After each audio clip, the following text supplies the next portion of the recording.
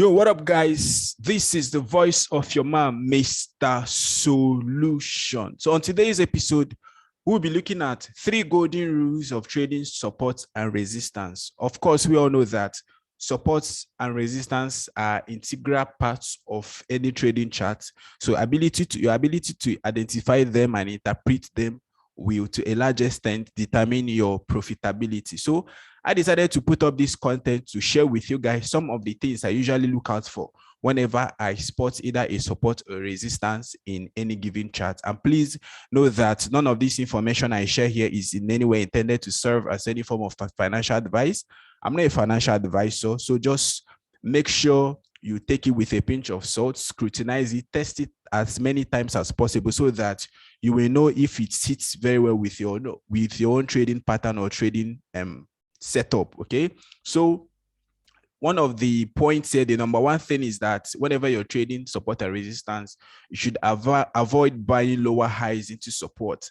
Avoid buying lower highs into support. What do I mean by avoiding buying lower highs into support? This is what I mean. Okay, this is what I mean. We have this.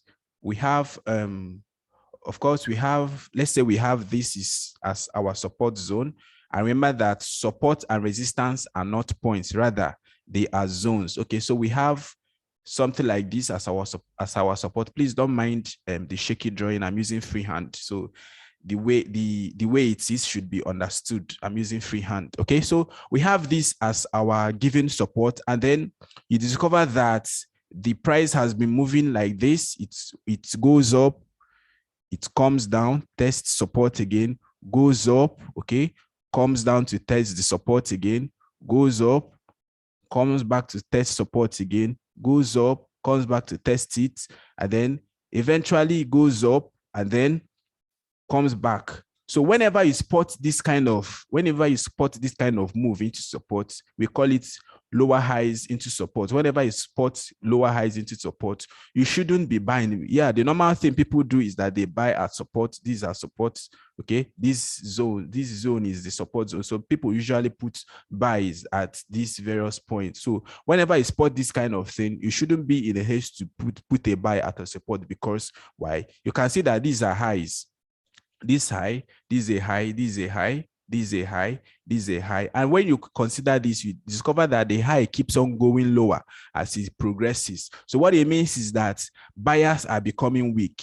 Okay, and as buyers are becoming weak, so are the sellers gaining more momentum to sell. So what it means is that at a time, sellers were willing to sell at this higher price, and then they were willing to sell at this price, willing to sell at this price, willing to sell at this, but willing to sell at a lower price. So a time will come when there will not be much buying pressure for them to buy at this given prices. So the next thing that will happen is that this support will be broken. So whenever you spot this kind of movement of lower highs into support, don't be in a haste to buy the support. And then I'm going to give us a live example of that. But before we do that, let's also look at the flip side of it. When there is a move into when you spot a move, let me clean this. Okay, when you spot a move into resistance, okay, so now we have a resistance. We have a resistance as this. We have a resistance as this. Okay, and then just on the flip side, you see something like this. At a time, price went this way. Okay, came up, came this way.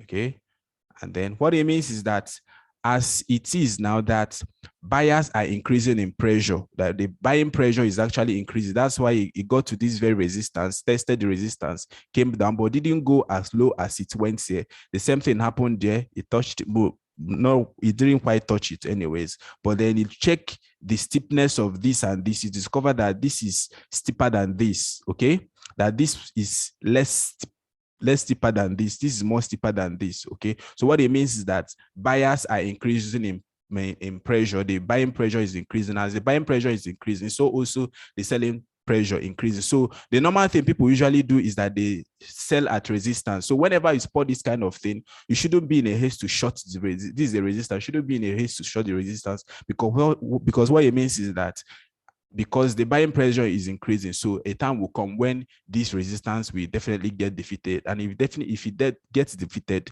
the resistance automatically becomes a support. So that's just how it happens on the flip side. So let's look at a typical example of what I just shared with us. And then we'll be using BTC, the current BTC move as we are seeing in the market. The current BTC move as we are seeing in the market. Okay, this is Luna. I want to go to BTC charts. Let's get to BTC charts to see how this very thing is exemplified. Okay, this is BTC charts, BTC 1 hour charts, and it typifies what we are talking about concerning not buying lower highs into support. You can see that we had this breakdown here, this kind of move, and then see what BTC has been doing all this while. And then this is the identified support. This is the identified support. And then if you follow what BTC has been doing, it is covered that it's been making a series of lower highs into support. So at this point, you have no business buying. Okay, you can only buy this when you want to, you just want to scalp. So if I was trading this, of course, I've been trading it. I'd rather be looking for places to take my short end, to take a short entry.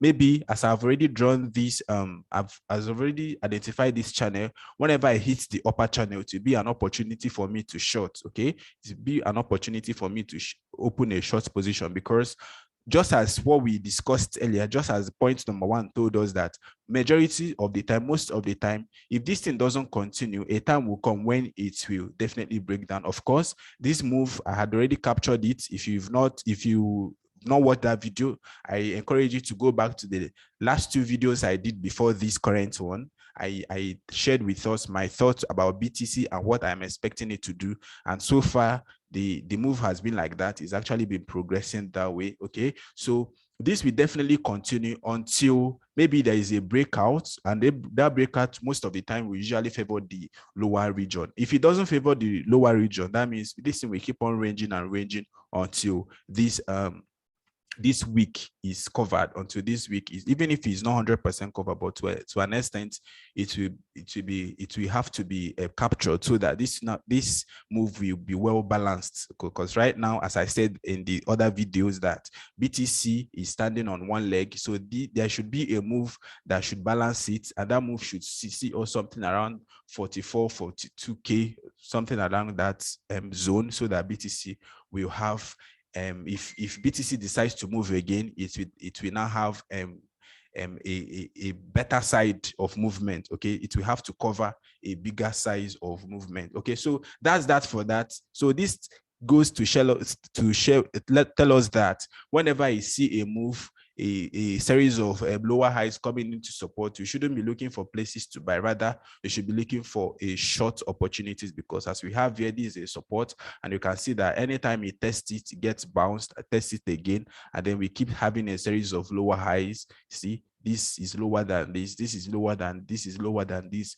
Probably another high we have to be lower than this, something around here or thereabout. I'm not saying, but this goes to typify what I had already taught us concerning not buying lower highs into support. Okay, so let's proceed. The next point we look out for, the next point we consider why trading support and resistance, is that you need to avoid, okay, you should only buy power move into support. If you want to trade support and resistance successfully, you need to buy power move into support. Buy power move into support. So what do I mean by that? Let me draw what I mean. So we have something like this. Let me erase this. Drawings. Okay, we have something like this, power move into support. This is an identified support region. We have a support like this. Okay, by power move into support,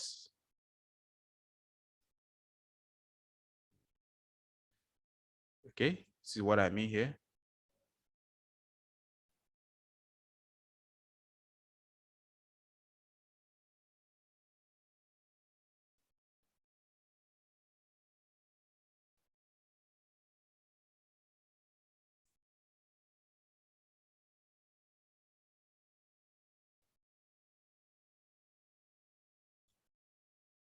Okay, See what I mean here?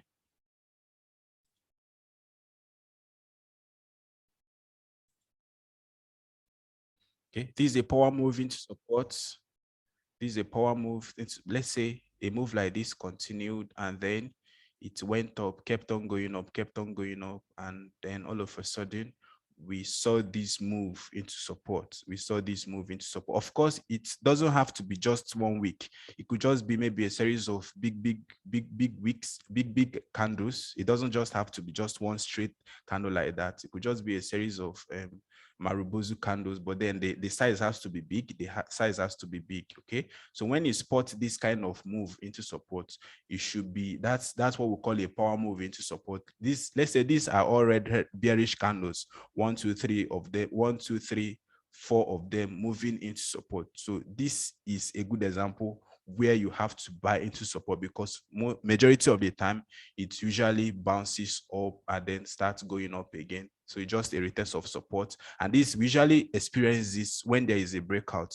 This type of move usually occurs when there is a breakout. Let's say it was trading around there, and then all of a sudden we had this breakout that went up to this very level, got to this, maybe the first resistance, and then it comes back for a retest. So whenever you spot this kind of thing, it's a time for you to do what? You should buy into that support. Okay, that's what we call a power move into support. So let's look at a live example of that.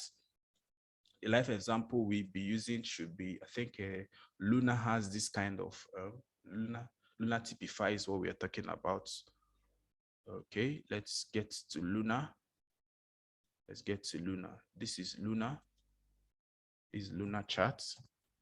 Okay, Luna perpetuals. Okay, you can see that although Luna has actually been going up all this while, yeah, it's been in an uptrend. It's been in an uptrend. So this is it. Is a typical example of that. You can see what I mean by a power move into support. Okay, it got to this very point. Okay, went to the resistance, came down again, and then tested the support. This is what we call a power move into support. And immediately it tested the support, the next thing that happened was that it bounced off. And look at what happened here. And remember, I told us that this kind of move usually occurs when there is a breakout. We had this breakout and then it came back again. Look at that power move I was talking about. I said it's a series of bearish candles. And that's just what we have here. Look at it here.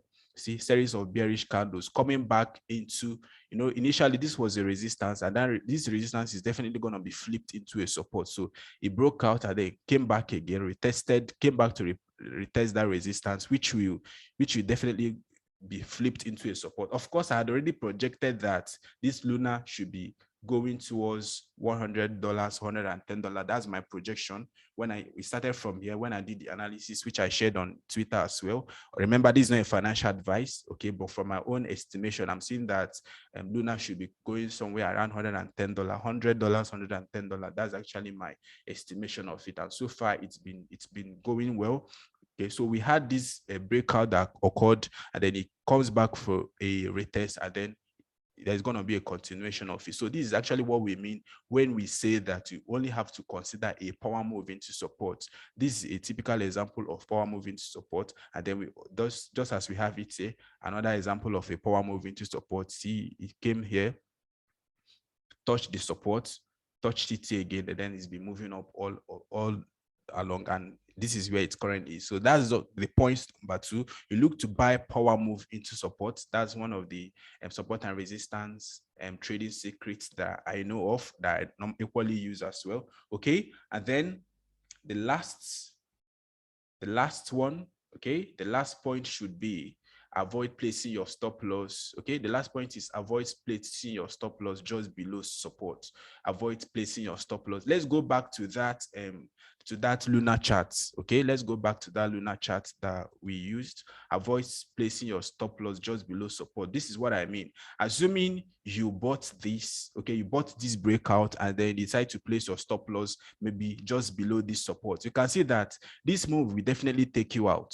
Okay, this move will definitely take you out. So if you want to place your support, place it somewhere where the chart we have a room to breathe. Okay, place it where the move we have enough room for it to breathe. Maybe just identify this place. You could just place it somewhere below this this place, okay?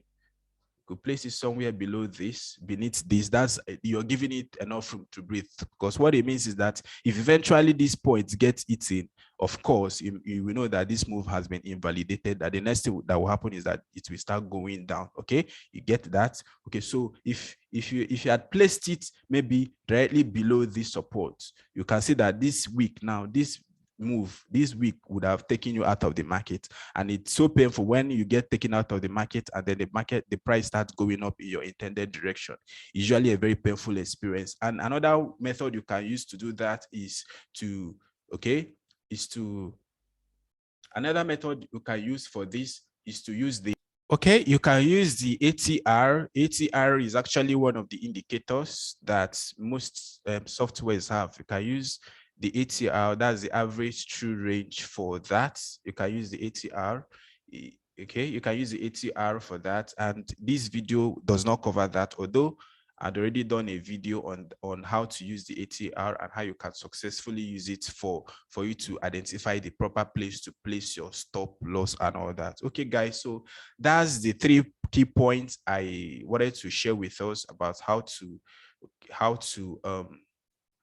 trade with a support and resistance, how to successfully trade with support and resistance, the golden rules of trading with support and resistance. And then I hope the video has been insightful and educative enough. If you love my content, I kindly encourage you to share it. You could give it the thumbs up or share it with anybody that really wants to learn, because by so doing, you'll be encouraging me. And then till I come your way again, I remain your man, Mr. X to the O to the L to the U to the short, Mr. Solution.